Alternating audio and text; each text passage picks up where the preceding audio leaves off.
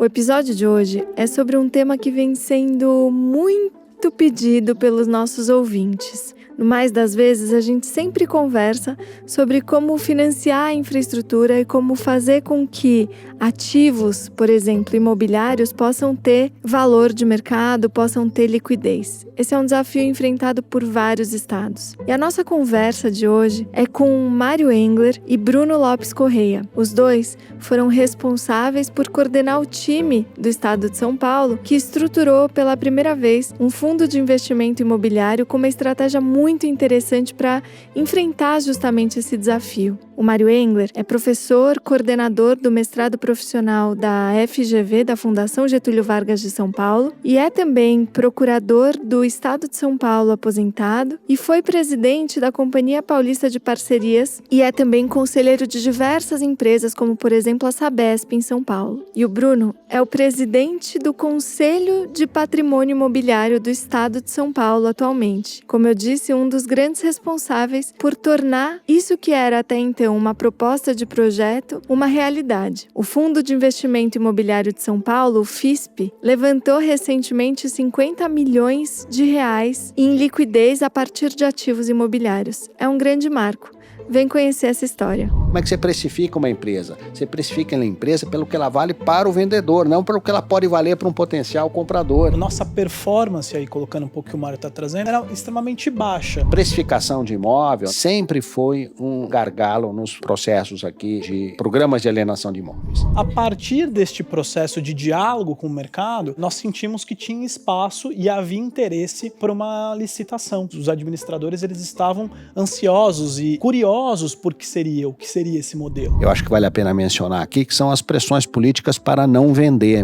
Mas o primeiro passo, quer dizer, antes de imaginar que você vai fazer um fundo imobiliário, o ente público tem que conhecer minimamente qual é o seu estoque de ativo. Então não tem essa discussão se ele vai operar em direito público ou direito privado. Agora, quando o Estado dá o passo de integralizar uma cota de fundo imobiliário com imóvel, aí você está no direito público também. Só que também tem um olhar de direito privado, porque o administrador do fundo imobiliário, Bruno bem sabe disso, não pode receber o imóvel pelo preço que o Estado acha que deve atribuir esse imóvel. Ele tem um dever fiduciário com os cotistas.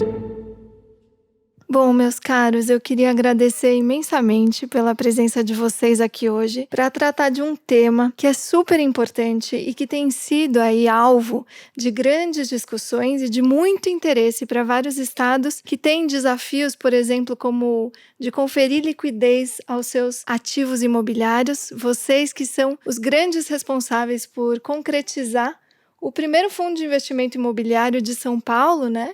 E eu queria que vocês contassem um pouquinho essa história. Então, Bruno, Mário, muito obrigada por essa disponibilidade de compartilhar aqui conosco essa história tão bacana. Obrigado, Isa. É um prazer sempre dividir a história do fundo imobiliário com o Mário, que foi quem começou isso lá atrás, né? Igualmente, Isa, é um prazer estar aqui. Eu acho que esse foi um projeto que só aconteceu porque um pequeno número de pessoas acreditou nele, realmente se esforçou, se mobilizou, enfrentou riscos. Você sabe que inovar no setor público é uma das coisas mais desafiadoras que existe. Se dá errado, você é crucificado. Se dá certo, a memória é curta, né? É verdade. Você não colhe exatamente todos os benefícios de um reconhecimento, de um trabalho valioso, mas a equipe do fundo imobiliário, eu acho que a gente tem que lembrar que isso aconteceu porque o Estado de São Paulo aprovou uma lei em dezembro de 2016, autorizando o Estado a subscrever cotas de fundo imobiliário. E essa lei aconteceu muito por um trabalho que o secretário Saulo, o governador Alckmin e a Carla Bertocco se dispuseram a fazer. Então, esse foi o primeiro passo e, a partir daí, surgiu a ideia de envolver a Companhia Paulista de Parcerias para conduzir esse projeto. Eu, na época, era o diretor-presidente da Companhia Paulista de Parcerias, abracei o projeto, acreditei no projeto, recebi todo o apoio do governo do Estado, o próprio governador Alckmin da época era um entusiasta e foi entusiasta. ele fez questão de pessoalmente acompanhar a abertura dos envelopes na licitação, algo que não é trivial na administração pública, esse tipo de envolvimento pessoal. E a equipe do fundo imobiliário é algo que eu jamais conseguiria fazer sozinho. O Bruno foi uma peça fundamental. Na época, ele já estava envolvido com a gestão imobiliária do governo do estado de São Paulo, já tinha ali uma responsabilidade de fazer acontecer, de monetizar ativos imobiliários para o governo do estado de São Paulo. Eu lembraria também, na época estavam na CPP a Denise, que hoje está no Tribunal de Contas do Estado, foi fundamental, foi ela quem estruturou o estudo econômico, os argumentos econômicos para convencer o Tribunal de Contas a dar um voto de confiança ao governo do estado de São Paulo com essa estrutura. A Larissa era outra pessoa que também contribuiu muito, na época trabalhava na CPP, e eu não quero ser injusto aqui, Bruno, mais alguém que você se lembra aí, que a gente deva mencionar? Teve, acho que o Yuri Tomezak também, que hoje ainda me acompanha lá no Conselho do Patrimônio Imobiliário, que me ajudou a garimpar grande parte dos imóveis que a gente trouxe aqui para a carteira, mas sem dúvida nenhuma, assim, um time, como sempre o Mário diz, muito grande, né? São 6 pessoas, mas sem dúvida nenhuma, acho que o enforcement, né, a possibilidade o que a gente precisa dentro do Estado aconteceu. Então, primeiro, né, uma oportunidade do tomador de decisão que abriu a sua agenda para nos receber, né? Então, a gente tinha ali grandes empreendedores políticos na figura teórica ali de políticas públicas, que é quem junta essa oportunidade, a necessidade com a oportunidade. E, sem dúvida nenhuma, a coordenação do Mário, porque com toda a sua expertise, né, desde lá de 2004, na Companhia Paulista de Parcerias, com a visão de Estado, com a visão jurídica, conseguiu ir desmembrando o problema em partes e foi resolvendo isso, porque problemas complexos, você precisa de soluções complexas, e acho que foi isso que nós tentamos fazer conjuntamente. Bacana. E até esse é fruto, na verdade, como vocês estão falando, de pessoas que acreditaram, de um cenário que viabilizou, mas também de um histórico de tentativas anteriores, né? Eu me lembro, inclusive, vocês dois conversando e eu lá me metendo, claro, e em que vocês resgatavam um pouco de históricos de outras iniciativas que foram tentadas com o sentido de conseguir viabilizar de fato um fundo de investimento imobiliário e alguma alternativa de mercado de capitais para fazer essa liquidez que era muito importante, inclusive naquele ponto da história, né, que era 2014, 2015. Eu acho que tem várias coisas que a gente pode falar sobre isso. Eu vou falar algumas e eu acho que o Bruno vai falar melhor do que eu outras. A ideia do fundo imobiliário não foi algo que surgiu do nada. Ela é uma tentativa de encontrar uma solução alternativa para um problema crônico, que não é específico do estado de São Paulo. Até diria que o estado de São Paulo está muito melhor do que outros entes públicos nesse particular. O desafio de implementar um programa de alienação de ativos. Perfeito. Nós temos experiências muito exitosas no setor público de privatização de empresas. Tem. Só que programas exitosos de alienação de imóveis é difícil você apontar um. Quando você pensa em vender, em privatizar uma empresa estatal, você contrata um advisor que vai fazer uma avaliação. Essa avaliação não é algo trivial, não tem um ponto ali exato de valor, você trabalha com um intervalo de preço. Este advisor, ele vai fazer um trabalho de due diligence, ele vai fazer um trabalho de esforço de venda e ele vai ser remunerado por uma comissão sobre essa venda. Quando você vai tentar vender um imóvel, você não tem esses instrumentos, não tem. E aí você começa a esbarrar num problema. O fundo imobiliário vem na tentativa de enfrentar esse problema com dois componentes principais. Tem vários, mas eu diria 2. Flexibilidade e gestão profissional.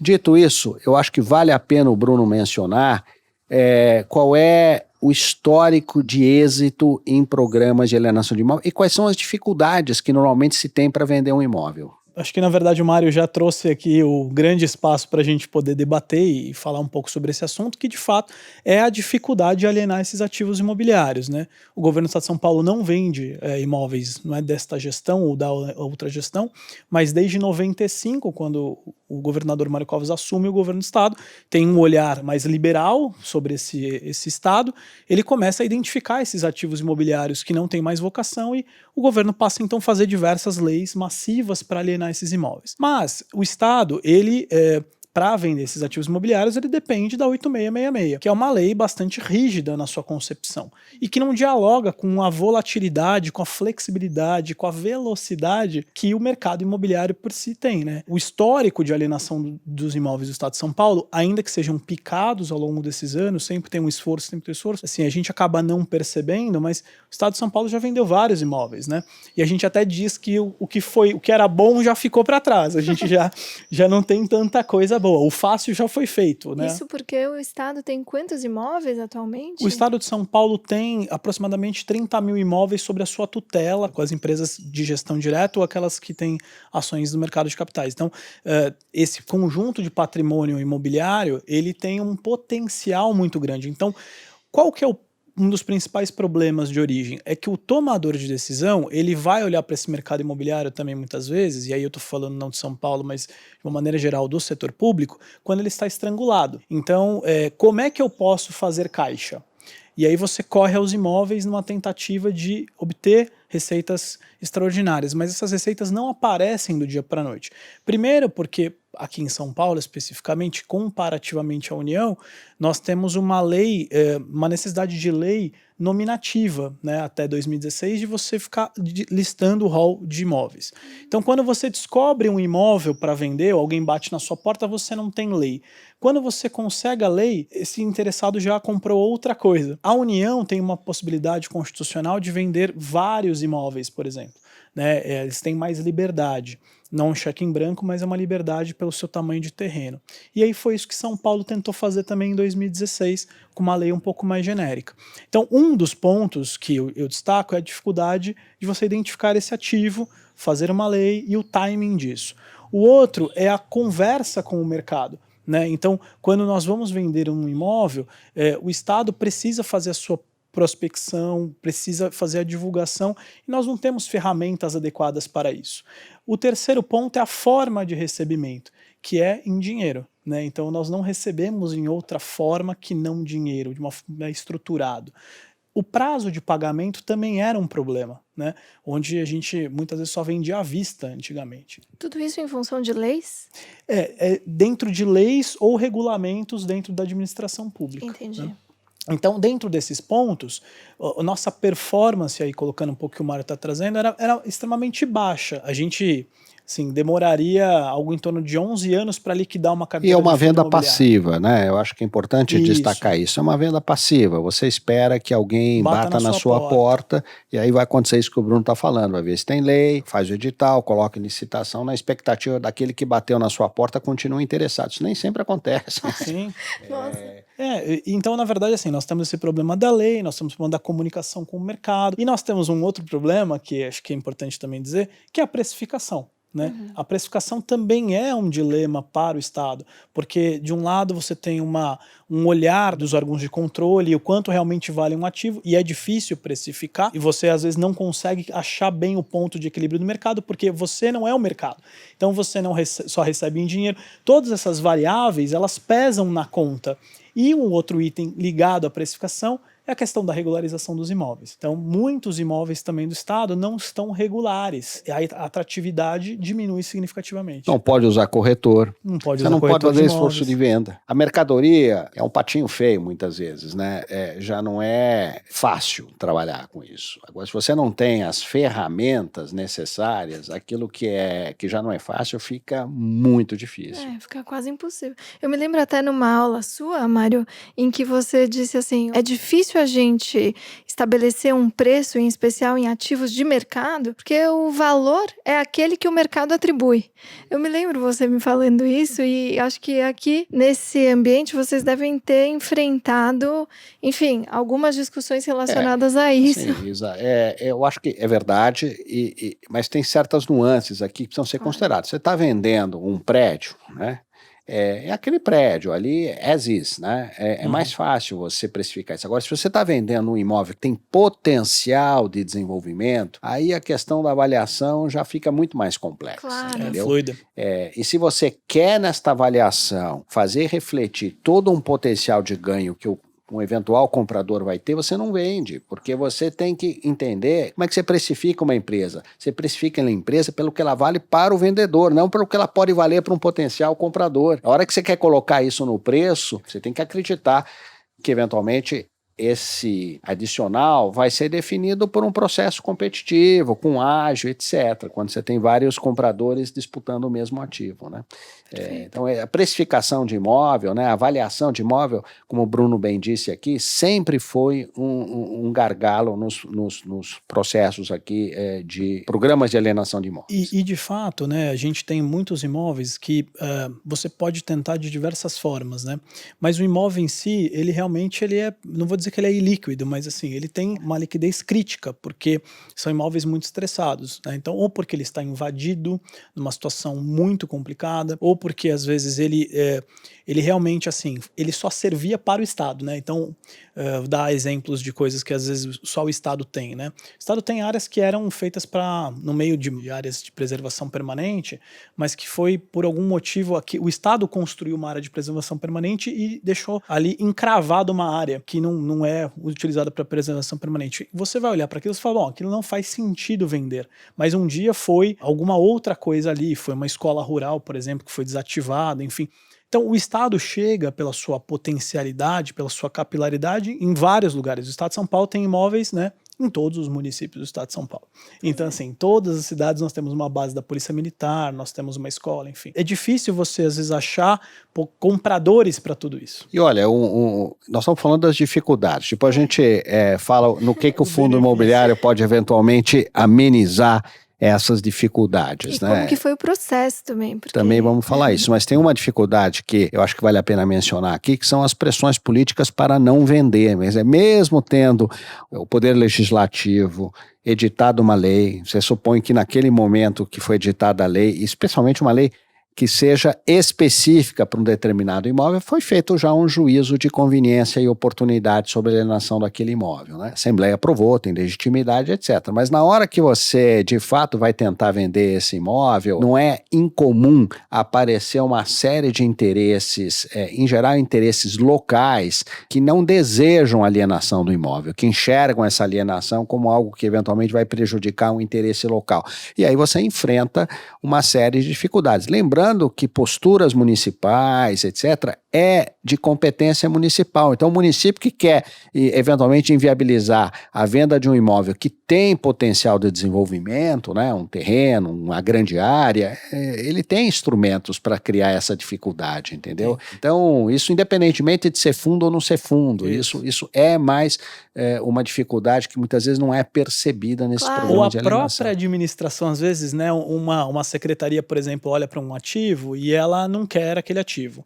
Passado um tempo, quando você já percorreu todo o caminho para alienar aquele bem, uma outra secretaria, por mais que lá atrás, né, você tenha dito, olha, ninguém quer este imóvel, aí surge uma necessidade, uma política pública específica, e aí quando você está prestes a publicar um edital, para que agora o Estado precisa de uma outra coisa. Então, o tempo da parte imobiliária, a administração às vezes quer ser mais rápida, né, ou os interesses locais acabam sendo mais rápidos, e isso vai inviabilizando esses esforços de venda pontuais. Esse diagnóstico eu acho que é o ponto de partida sensacional e acho que é difícil de as pessoas que querem fazer, por exemplo, um fundo de investimento imobiliário compreenderem que é preciso vencer tudo isso, ou pelo menos é preciso ter isso bem mapeado para você de fato poder estruturar o passo 2, que é o primeiro movimento para a consolidação de um fundo de investimento imobiliário, porque me parece que além de todos esses desafios, e eles, eu imagino o tempo que vocês passaram mapeando tudo isso, mas além disso também tem e eu acho que vocês falaram isso muito bem, essa inflexibilidade, né, que faz com que você não tenha instrumentos suficientes para dialogar com o mercado na velocidade que ele demanda, né? E aí, por que o fundo de investimento imobiliário é uma resposta para isso e como que isso foi construído, né? Eu me lembro, inclusive, de vocês discutindo sobre a possibilidade de o fundo eventualmente atrair para dentro de si regras de direito público e as mesmas amarras que eventualmente o Estado também sofreria. Então, como que fica tudo isso? O ponto é o seguinte, fundo imobiliário não é uma solução mágica. Quer dizer, é uma solução que pode ser útil em certas circunstâncias e talvez ele não vá agregar tanto em outras circunstâncias. E ele tem custo. Ele tem algumas ineficiências, especialmente de natureza tributária, tipo nós vamos comentar aqui, o Bruno vivenciou isso no Fundo Imobiliário do Estado de São Paulo. Mas o primeiro passo, quer dizer, antes de imaginar que você vai fazer um fundo imobiliário, você tem, o ente público tem que conhecer minimamente qual é o seu estoque de ativos. Esse é um ponto que o Bruno pode falar muito melhor do que eu. Até vou te dar a palavra por intermédio da Isa aqui, para você contar que essa é uma dificuldade. Você precisa mapear isso, você precisa ter documento, precisa ter a localização dos imóveis, precisa ter uma documentação. Sem matrícula? Isso, precisa ter matrícula? Pois é, agora aí passar uma palavra para o Bruno aqui. Na verdade, isso foi um ponto principal, porque veja, como é que você faz um fundo de investimento imobiliário, você sinaliza para o mercado que você vai vender algo que você não sabe nem se é seu, né? Então, e tem casos muito interessantes. Pior ainda, e você bota num edital, dá 30 dias, o sujeito fala, pera, 30 dias eu não consigo aqui entender isso, né? Desculpa. Não, e é isso mesmo, porque veja, tem situações que a gente já pegou no nosso dia a dia lá no Conselho do Patrimônio Imobiliário, de imóveis que você está há anos tentando vender, e tá vendendo de um jeito. Quando você vai ver, não era bem aquela transcrição, era uma outra. Putz. E assim, já passou pela mão de 15, 20 pessoas diferentes, de agentes públicos, e ninguém percebeu. Tinha um pequeno erro lá.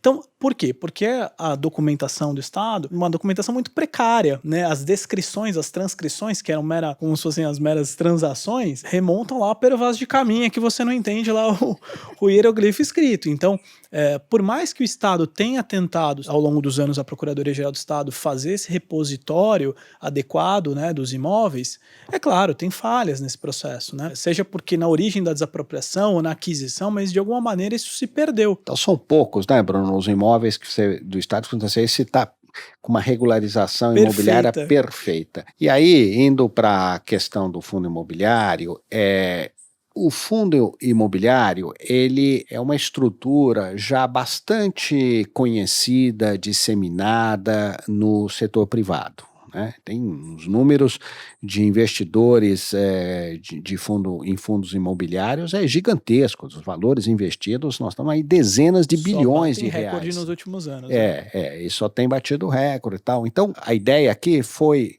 aproveitar uma estrutura que já está bastante consolidada no setor privado e tem uma institucionalidade bem resolvida, porque existe uma lei do fundo imobiliário, né? 8668, né? Não confundir aqui com a 8666. E existe essa lei, existe toda uma indústria já bastante madura sobre isso. Só que o fundo imobiliário, usado no setor privado, ele cumpre diversas funções, diversos objetivos. Ele pode ser uma estrutura e normalmente é assim que a gente enxerga o fundo imobiliário, mas ele não é só isso, para gerar renda locatícia, né? Para comprar imóveis que vão gerar renda locatícia. Aí tem os shopping centers, tem os empreendimentos, galpões logísticos, empreendimentos corporativos. Então, vem comigo. Agora, você também enxerga fundos imobiliários que vão prospectar terrenos para fazer uma incorporação imobiliária, para vender e para liquidar, quer dizer, não é um fundo de existência perpétua, né? Mas então, quem define essa estratégia? quem cria o fundo. A legislação permite você definir qual é a política de investimento. E você tem fundos imobiliários para diversas finalidades, com diversas políticas de investimento. Agora mesmo recebi o prospecto de um fundo imobiliário cujo objetivo é comprar especialmente apartamentos que estão detonados, reformar e revender, entendeu? Vai investir, professor? Mas é um modelo que tem se virado... A CVM proíbe qualquer um de nós aqui de fazer propaganda do que quer que seja, embora isso esteja na moda atualmente nas redes sociais, mas a CVM já tá de olho nisso aqui. Então, tem os fundos imobiliários que aplicam em fluxo de recebíveis imobiliários. Então você tem um perfil muito diferenciado de fundos imobiliários. Só que esses referenciais de fundo imobiliário do setor privado, eles não tinham ali um exemplo que se encaixasse perfeitamente no objetivo que se pretendia no setor público, que no caso do Estado de São Paulo, eu acredito que deve ser também o objetivo da maioria dos entes públicos, não é pegar um imóvel e alugar. A ideia é vender, é implementar um programa de alienação de imóveis de forma eficiente, de forma rápida e exitosa. Então, a ideia aqui, o passo que nós demos foi entender como é que a indústria de fundo imobiliário funciona no setor privado, essa multiplicidade de situações e adaptar isso para uma finalidade muito específica do setor público, que era implementar um programa. Isso tem pouco, se é que tem algum. Quer dizer, os bancos agora estão acordando de que quando retomam imóveis que eles financiaram, quando recebem alguma coisa em dação de pagamento, etc., eles precisam tirar isso do balanço do banco. Então, aí o fundo imobiliário também tem sido utilizado em algumas circunstâncias com essa finalidade, que é uma finalidade próxima que se pretende aqui. Então, aí vem um desafio, quer dizer, você sabia o que era o fundo imobiliário, sabia como é que era a indústria, mas você não tinha nessa indústria um precedente claro que pudesse simplesmente ser transplantado para o setor, para esse objetivo que nós desenvolvemos no setor público, pioneiramente no estado de São Paulo. O segundo ponto é que fundo imobiliário gera desconfianças no setor público. Peraí, como é que vai funcionar esse negócio do fundo imobiliário? Quem é que vai fazer a avaliação? Quem é que vai definir o preço de venda? Que publicidade vai ser dada a uma proposta de venda? Como é que vocês vão tratar eventuais propostas concorrentes que não estão oferecendo a mesma moeda de pagamento? Qual é o papel do controle externo nessa figura aqui? Vocês com isso estão afastando o controle externo? Então, isso gera uma série de desconfianças e aí você precisa de um grande esforço para demonstrar que o fundo imobiliário, da maneira como ele foi pensado, estruturado, customizado para o Estado de São Paulo, ele pensou nesses potenciais problemas e ele buscou uma solução para isso. Pode ser que não seja a solução ideal, mas todo tipo de preocupação que for levantada, a gente tem uma resposta para isso. Claro que com a experiência vão aparecer outras respostas melhores do que aquelas que nós conseguimos formatar aqui. Eu não vou entrar em detalhes, mas ao longo da conversa fatalmente vão surgir algumas questões. No final do dia, Isadora, é flexibilidade e gestão profissional. Agora, quando você faz a opção por uma estrutura que tem tipicidade legal, como é o fundo imobiliário, você não tem o que discutir se ele vai operar em regime de direito privado ou em direito público. Ele vai operar no regime que a lei do fundo imobiliário diz que ele tem que operar, ou seja, com um administrador que é uma instituição financeira, com auditoria independente, com necessidade de avaliação, com uma série de regras, com a fiscalização da CVM. Então não tem essa discussão se ele vai operar em direito público ou direito privado. Agora, quando o Estado dá o passo de integralizar uma cota de fundo imobiliário com imóvel, aí você está no direito público também. Só que também tem um olhar de direito privado, porque o administrador do fundo imobiliário, o Bruno bem sabe disso, não pode receber o imóvel pelo preço que o Estado acha que deve atribuir esse imóvel. Ele tem um dever fiduciário com os cotistas. No primeiro momento é até bizarro isso, porque o Estado também é o cotista, né? Ele aceita das duas pontas. Mas o administrador não está olhando o cotista A, B ou C, ele está olhando os cotistas. Então tem todo um estresse aqui, uma tensão que essa posição de administrador gera, que aí eu vou passar a palavra para o Bruno, que ele tem aí um repertório muito interessante para compartilhar. Mas só me conta, para começar aqui a sua explicação, como que esse administrador foi escolhido? Porque, né, a gente está afastando, e eu concordo totalmente com o Mário, acho que a gente tem que afastar mesmo essas amarras do poder concedente, isso daqui é vício, né, do Estado, Mas isso não é trivial, né? Como que vocês escolheram esse administrador? Essa foi uma discussão interna nossa bastante, porque, veja, o Estado hoje não tem mais um agente financeiro, mas tem um agente financeiro parceiro, né, que no caso é o Banco do Brasil. E o Banco do Brasil, ele, por conta do nosso contrato, ele permite diversos arranjos, né? Mas, veja, era o primeiro fundo imobiliário, né? Com uma série de desconfianças. Então, nada melhor do que um processo público de seleção dos melhores, né? Porque também nós acreditávamos e acreditamos que o mercado, né, de administradores fiduciários, hoje brasileiro, em fundos imobiliários, ela está extremamente maduro. Não à toa, até comentamos aqui desse crescente, né, dessa paixão atual aí do brasileiro por fundos imobiliários. Então, assim, nós temos excelentes administradores no mercado que conhecem, que dominam a matéria, e nós fizemos uma conversa com vários deles para identificar se havia potencial de participação num certame. Uma consulta pública que não é trivial também. Exatamente. Então, a partir deste processo de diálogo com o mercado, nós sentimos que tinha espaço e havia interesse para uma licitação, né? Então, assim, realmente os administradores, eles estavam ansiosos e curiosos por o que seria esse modelo. Então nós fomos para um pregão, né, Mário? E aí é o seguinte, eu aprendi 30 anos de procuradoria e mais alguns anos aí de gestão, de posição de gestor público, que tem alguns pecados veniais na administração pública, mas tem alguns pecados mortais também, né? Então, se você não quer ir para o inferno, você tem que tomar cuidado com os pecados, né? Padecer no inferno, você tem que tomar muito cuidado com os pecados mortais. E um dos pecados mortais é não fazer licitação, entendeu? Foi um pouco esta preocupação. Puxa, a primeira vez que nós vamos experimentar uma estrutura nova, vamos começar com o pé errado aqui, dando passo errado, gerando uma desconfiança de que foi escolhido aqui um administrador e um operador por consórcio, na verdade, né? Que não foi um processo competitivo, transparente, etc. Então, não, vamos fazer, né? Aí você pode discutir, se pode ser pregão, se pode ser uma outra modalidade de licitação. Nós fomos para o pregão, enfrentamos N dificuldades.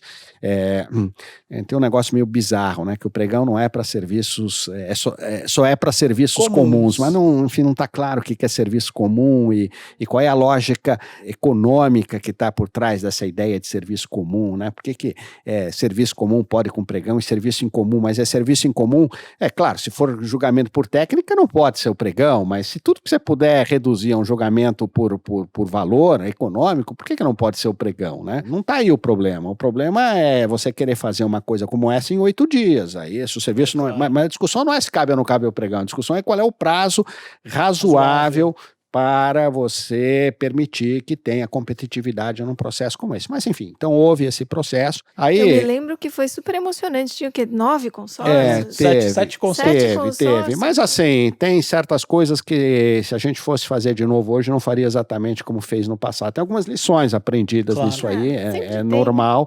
Eu acho que o critério de julgamento para a escolha de quem vai, de fato, estruturar, administrar e operar o fundo, tem que ser um critério, eu não diria assim que a única solução é julgar por técnica. Eu acho que cabe um esforço aqui para não julgar por técnica, mas você tem que ter outros critérios do que simplesmente taxa de administração ou mesmo taxa de performance. Nós procuramos alinhar, criar os incentivos adequados para realmente ter um administrador no fundo que colocasse empenho, que colocasse energia na venda dos imóveis e não fosse simplesmente ficar numa posição de acomodação, vivendo à custa da taxa de administração. Tinha alguém que ia buscar a taxa de performance.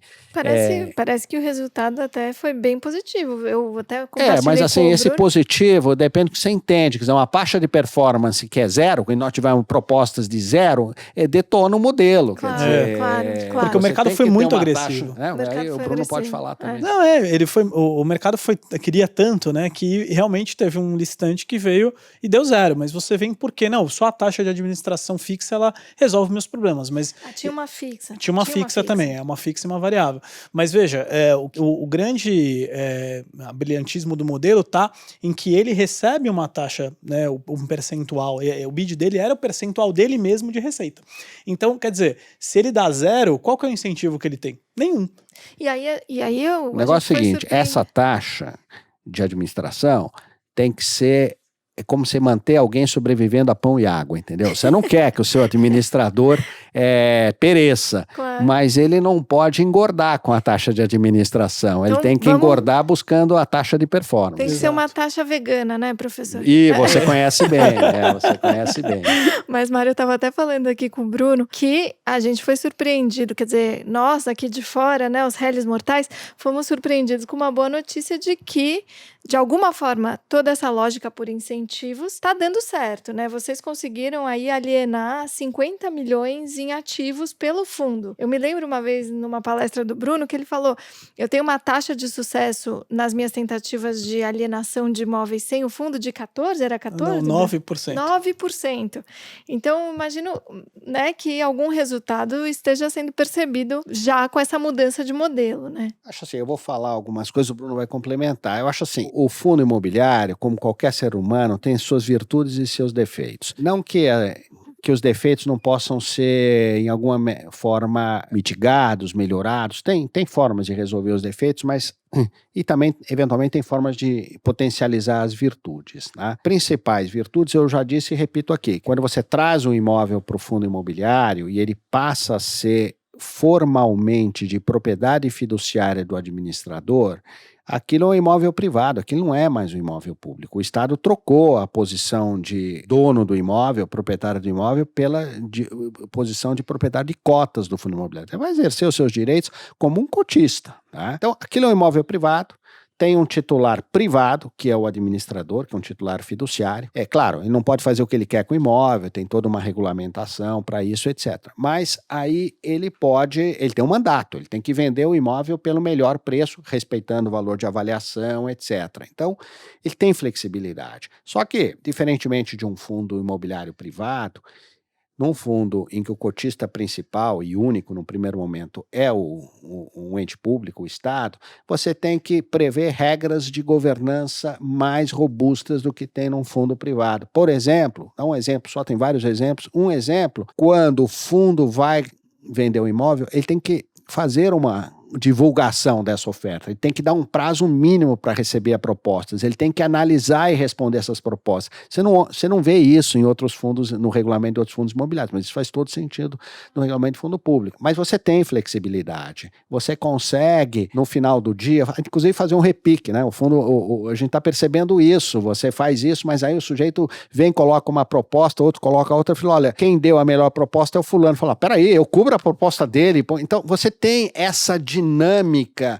numa alienação no âmbito do fundo imobiliário, respeitando publicidade, respeitando impessoalidade, respeitando a motivação, respeitando todos os princípios aí de direito público, que são, embora aquilo seja um ambiente privado, né, é importante respeitar isso. Até as empresas privadas muitas vezes fazem licitação privada para contratação, né, porque tem acionistas ali que querem ter certeza de que a empresa está contratando da melhor forma.